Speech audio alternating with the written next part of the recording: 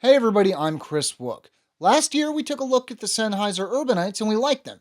The Urbanite XL Wireless are, as the name implies, bigger and, well, wireless.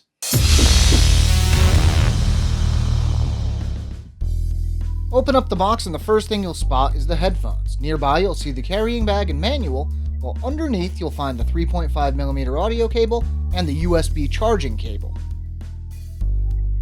Unlike the other headphones in this line, the Urbanite and Urbanite XL, the XL Wireless are only available in black. This doesn't seem to be a temporary thing, nor can we think of any good reason for limiting the color choices, other than relatively limited stock of the wireless models when compared with the other two. No matter what the reason for that lack of choice and color variety, these are fairly stylish, and the black is certainly classier looking than the over-the-top red, white, and blue color scheme of the smaller Urbanite model we reviewed before. Other than size and color, these look fairly close to the Urbanite, while they look virtually identical to the wired Urbanite XL when they're plugged in. The ear cups are fairly adjustable, and this made for a comfortable fit, though they started to feel less comfortable over time. I don't have large ears, but the ear cups felt slightly too small to go around my ear. For those with larger ears, these are almost on-ears. Pairing is easy, thanks in part to the inclusion of NFC. Turn the headphones on and slide the power switch just a little further to enter pairing mode. Then either pair from your device's Bluetooth menu or tap your NFC-enabled device on the right ear cup. Range is the standard 30 feet, and while I did encounter some skipping at the very limits of that range, moving a few feet closer to the source put a stop to this immediately. It's worth noting that this only occurred with a supporting wall in the way, but lighter walls didn't seem to interfere at all. All the controls are packed into the right ear cup. Swiping up and down raises and lowers volume, while tapping will pause and resume playback. Double tapping skips to the next track, while a triple tap skips backward. There are a few other controls like double tapping and holding to fast forward, and while they're confusing at first, they quickly become second nature. The only problem with these controls is that I noticed on a few occasions that I would accidentally pause playback while adjusting the headphones for a better fit. This wasn't a huge problem, but accidentally hanging up in the middle of a call could be. Sennheiser claims an estimated 25 hours of playback or talk time, and they seem to be right on the money. During our testing, one run totaled roughly 23 hours of battery life, while another yielded 24 and a half. Charge time was around 2 hours, though as always this will vary depending on the charger you use.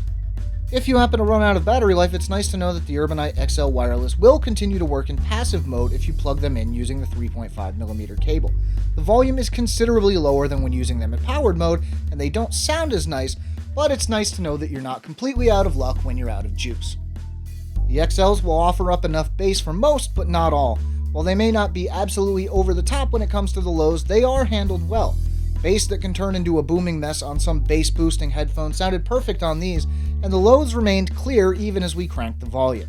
Unlike a lot of headphones that hype the highs and lows, which these do, there is plenty of room around the mid-range. It doesn't feel crowded by the highs and lows. Details and backing vocals were preserved better than is usually the case on many headphones with a similar sound signature. The highs are generally crisp, and the sound of breath between notes or the movement of fingers on strings comes through with decent clarity. There was a fair amount of detail on cymbals and hi-hats, though there could be a little fizziness to the sound at times. Though never a major problem, this was more apparent when connected via Bluetooth. These are fairly big sounding headphones with decent enough soundstage. This combined with the low end had me checking behind me at one point because I thought a box had fallen over and hit the floor. Noise isolation is fairly good even at low volumes, though music will block out more than a podcast will. These look cool, sound good, and they have a nice control scheme. The only reason we're not crazier about them is that the Momentum Wireless 2.0s exist. Still, if you prefer a more fun sound to a more accurate sound, these are worth a look. We're giving the Sennheiser Urbanite XL Wireless an 8.7 out of 10. And that's it for this one, everybody. For all the details, check out the full review over at SoundGuys.com. And if you want to stay caught up with what we're up to, check out our newsletter. Links to both are down in the description. If you liked the video, let us know, and don't forget to subscribe. I'm Kris. Thanks for watching.